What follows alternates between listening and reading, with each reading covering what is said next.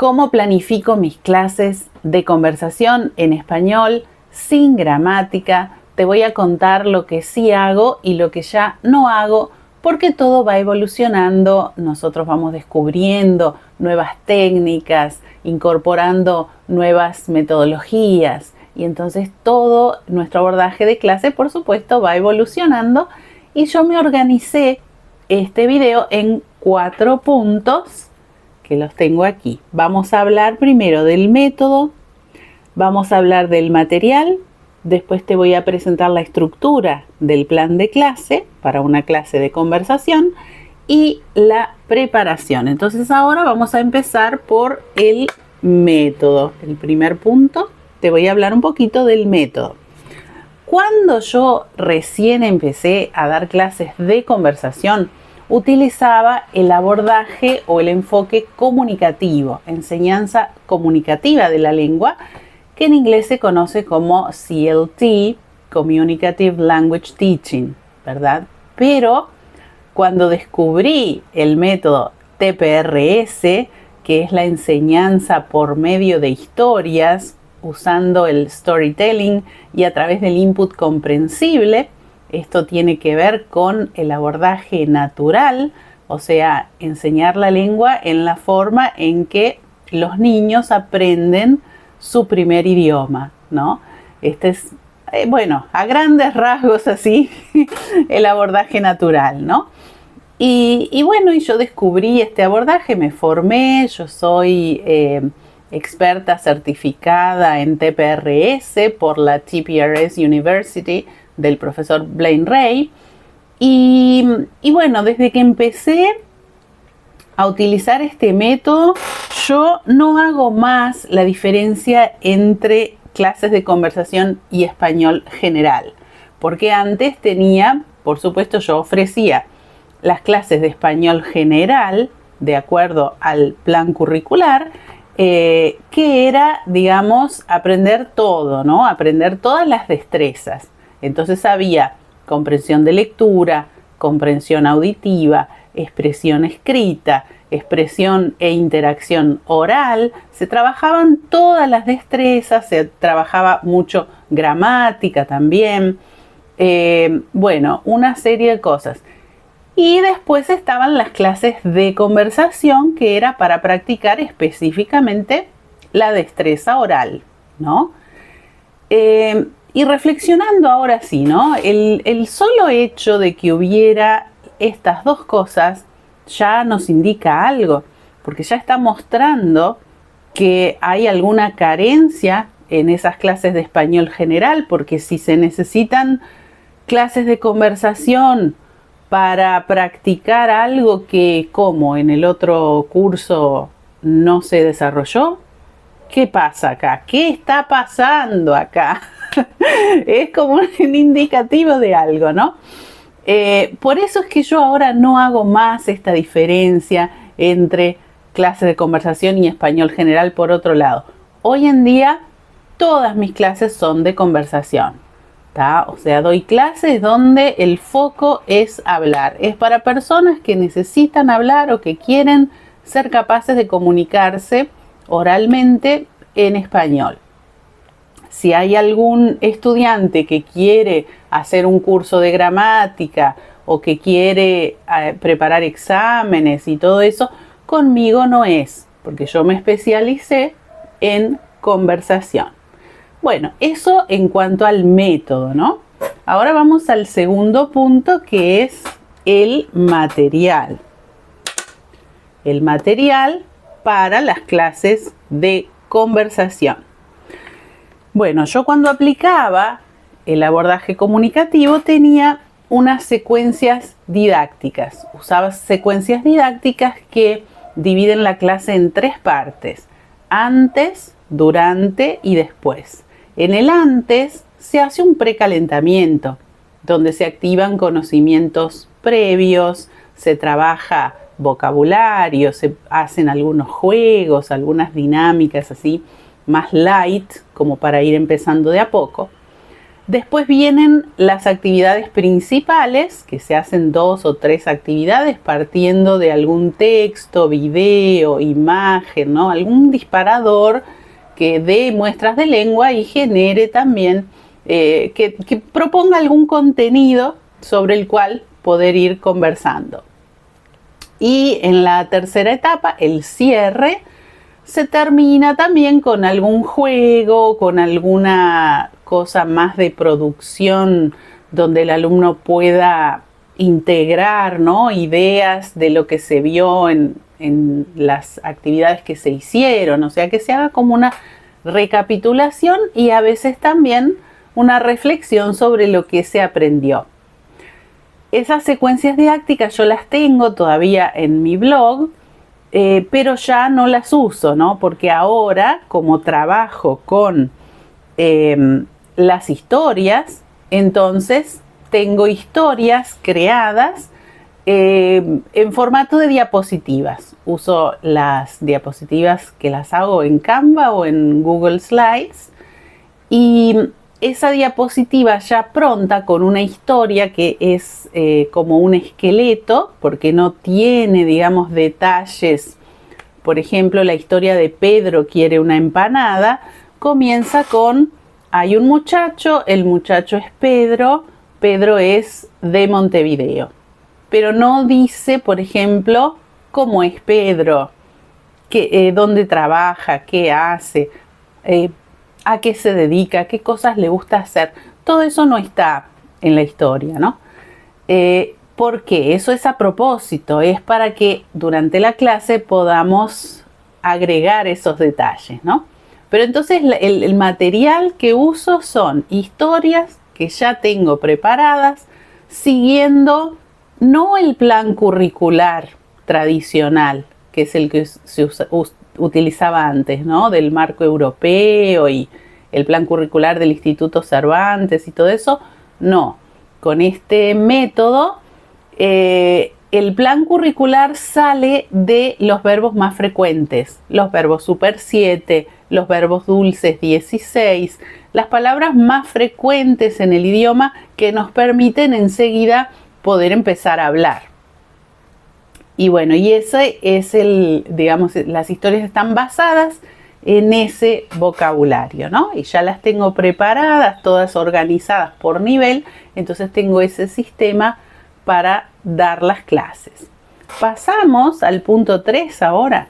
A ver, el plan de clase. Ahora te voy a contar, ahí está, el plan de clase. ¿Cómo lo preparo, no? ¿En qué consiste?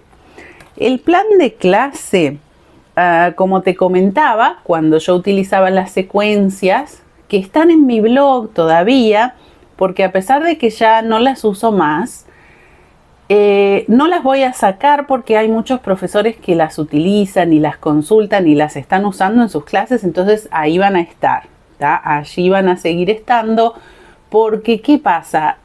Siguen esa estructura que te decía, antes, durante, después y después. Esto organiza mucho, ¿no? Sobre todo para un profesor que quiera aplicar el abordaje comunicativo, porque no es que no funcione, funciona también. Todo depende de las preferencias del profesor y del alumno. Para un profesor que está recién comenzando o que todavía no tiene mucha experiencia, esa estructura, esa secuencia didáctica le proporciona mucha seguridad, porque es como que no requiere tantas habilidades para usarla, ¿no? No requiere una especialización, me refiero, de parte del profesor, y le permite dar una clase que el alumno perciba como que es algo organizado, que hay un plan, que no es que está improvisando o que es hablar por hablar como si fuera una conversación en un bar. No, esto es una clase planificada de acuerdo a unos principios, a una lógica, a un método, y por eso esas secuencias yo creo que organizan bastante, ¿no?, la clase para el profesor. Pero ¿cómo es mi plan de clases ahora con este método del TPRS?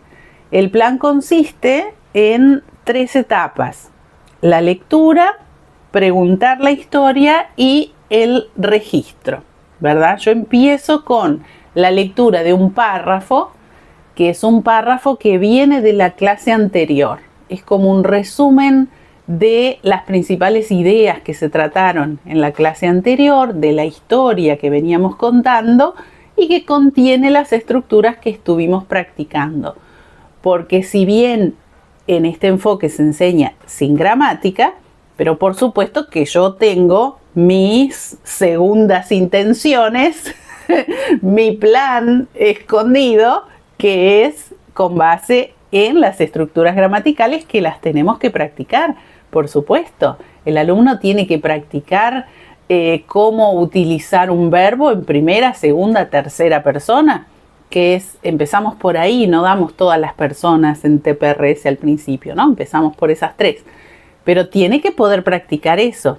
El arte, bueno, no es arte, es ciencia. La ciencia está en poder hacer esto sin que el alumno tenga que abordar explícitamente la gramática, sin explicarle nada, sin analizar nada, ni hacer ejercicios de conjugaciones. Lo vamos a proponer de manera que el alumno siente que está conversando. Para el alumno la clase es una conversación sobre historias. Se le hacen un montón de preguntas y él va a responder esas preguntas. Así de simple. Pero detrás de los bastidores hay un plan, obviamente, unas maquiavélicas intenciones de hacerle, de introducirle la gramática, ¿no? Pero sin que se dé cuenta. Por eso esa etapa de la lectura, entonces empezamos la clase leyendo ese pequeño párrafo para irnos introduciendo en el clima, ¿no? Y el tema de la clase de hoy. Entonces después nos vamos a la historia. La historia, como te decía, la tengo organizada toda en diapositivas, pero no es para hacer toda la historia en una clase. Vamos trabajando cada diapositiva, haciendo muchas preguntas, co-creando con el alumno esos detalles de la historia, y ahí es donde aprovechamos para personalizar, para poner las cosas que son del interés del alumno. Todo eso se va incluyendo dentro de la historia. Y una vez que ha transcurrido toda esa conversación, toda esa construcción que la vamos haciendo oral, ¿no? Y además vamos recapitulando, vamos parando para recapitular en determinados momentos donde el alumno pueda volver a decir todo lo que hemos creado, y al final hacemos el registro. ¿Qué es el registro? Que escribimos. Para eso hay diferentes técnicas, ¿no? Lo puede escribir el alumno, lo puedo escribir yo, lo podemos hacer con diferentes técnicas, pero así, resumido, es el registro de todo eso que hemos hecho oral, lo vamos a dejar por escrito. Las principales ideas, que esa es la lectura para iniciar después a la próxima clase, ¿no? Y eso permite dar mucha repetición para poder practicar bastante, ¿no? Esas estructuras para que el alumno las adquiera, y toda esa repetición hace también que recuerde, ¿no? lo que hemos hecho, y le da esa sensación de que es una clase, de que todo lo que, no es que lo que habla después se pierde, son palabras que se lo lleva el viento, no. Todo eso queda registrado y al alumno le encanta que sus ideas se incorporen a la historia también, ¿no? Entonces, en resumen, el plan de clase que yo seguía antes era la estructura de las secuencias didácticas antes, durante, después, y el plan de clase que sigo ahora con TPRS es lectura, preguntar la historia y hacer el registro.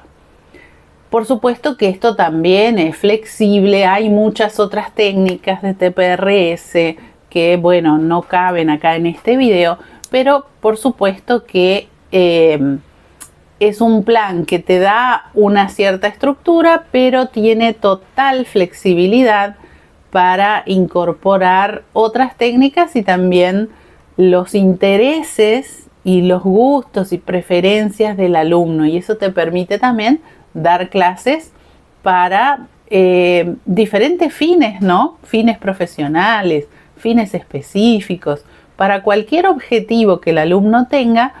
Estas historias base ayudan para tener, digamos, una estructura, saber dónde estamos y con qué seguir, ¿no? Te da un plan, te da una ruta, pero con esa flexibilidad para poder enseñarle al alumno frases y palabras para expresar lo que quiere decir. Ahí es que está el gran truco, ¿no? La gran ventaja de este abordaje TPRS. Y me queda un punto, ¿verdad? El último punto que habíamos preparado acá, la preparación. Entonces ahora vamos a hablar de la preparación de la clase con este método. Bueno, antes, con lo de las secuencias didácticas, cada vez que yo iba a hacer algo con un alumno tenía que crear una secuencia didáctica para hablar de determinado tema. Se elegía el tema y entonces hacía toda una secuencia que llevaba bastante tiempo. Después se podía reutilizar con otros alumnos, por supuesto, a no ser que fuera algo muy específico, ¿no? Ahora con el método TPRS yo no tengo que preparar la clase. Preparar la clase me lleva muy poco. Porque ¿qué es para mí ahora preparar la clase? Es ver cuál es la historia que nos toca hoy, ver dónde quedamos, cuál es la diapositiva de hoy y pensar preguntas y anotarlas. Muchas de las preguntas ya las tengo porque uso las mismas historias y voy a pensar algunas preguntas nuevas o algunas preguntas específicas para ese alumno, ¿no? Las preguntas hay que prepararlas siempre, por más que uno tenga experiencia, porque en el momento no te sale y además, sobre todo si son principiantes, es muy fácil irse de la estructura, ¿no? Porque uno fluye y va a hablar con las palabras que le vienen en el momento. Y en niveles iniciales es importante mantener la coherencia y hablarle al alumno con las palabras que sabe. Por eso hay que planificar mucho esto para ver qué le vamos a decir y qué le vamos a preguntar y cómo se lo vamos a preguntar, ¿no? Pero entonces,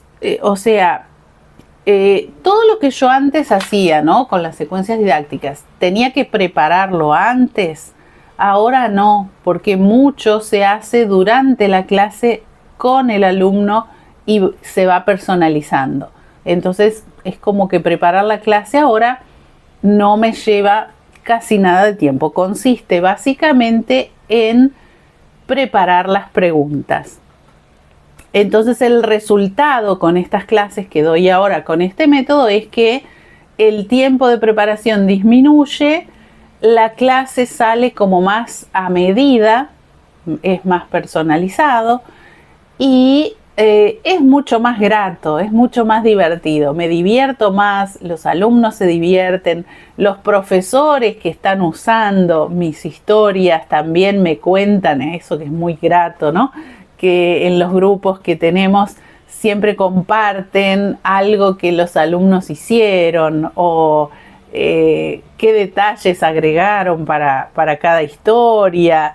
Y bueno, y así es como las historias ya, digamos, cada profesor las hace suyas con sus alumnos y van creando cosas muy, muy interesantes, ¿no? Surgen ideas súper creativas, divertidas y bueno, y si te gusta lo que te estoy contando acá, si querés conocer mis sistemas, si querés saber cómo podés usar vos también estas historias en tus clases, suscríbete. Acá debajo del video, en la descripción, yo te dejo el link a una página donde te podés suscribir para recibir mis emails. Yo envío emails 2 o 3 veces por semana donde cuento estas experiencias. Te comparto, por ejemplo, lo que alguno de los profesores dijo en el grupo y veo que le puede servir a otros, entonces yo lo envío por email, lo comento y además con información sobre cómo funciona este sistema y la mejor forma para que sigamos en contacto y te enteres de todo esto es que te suscribas para recibir los correos. Tenés todo acá debajo en la descripción. Si te gustó el video, deja tu like, suscríbete y nos vemos la próxima semana como cada miércoles. Cada miércoles un nuevo video con ideas didácticas para tus clases.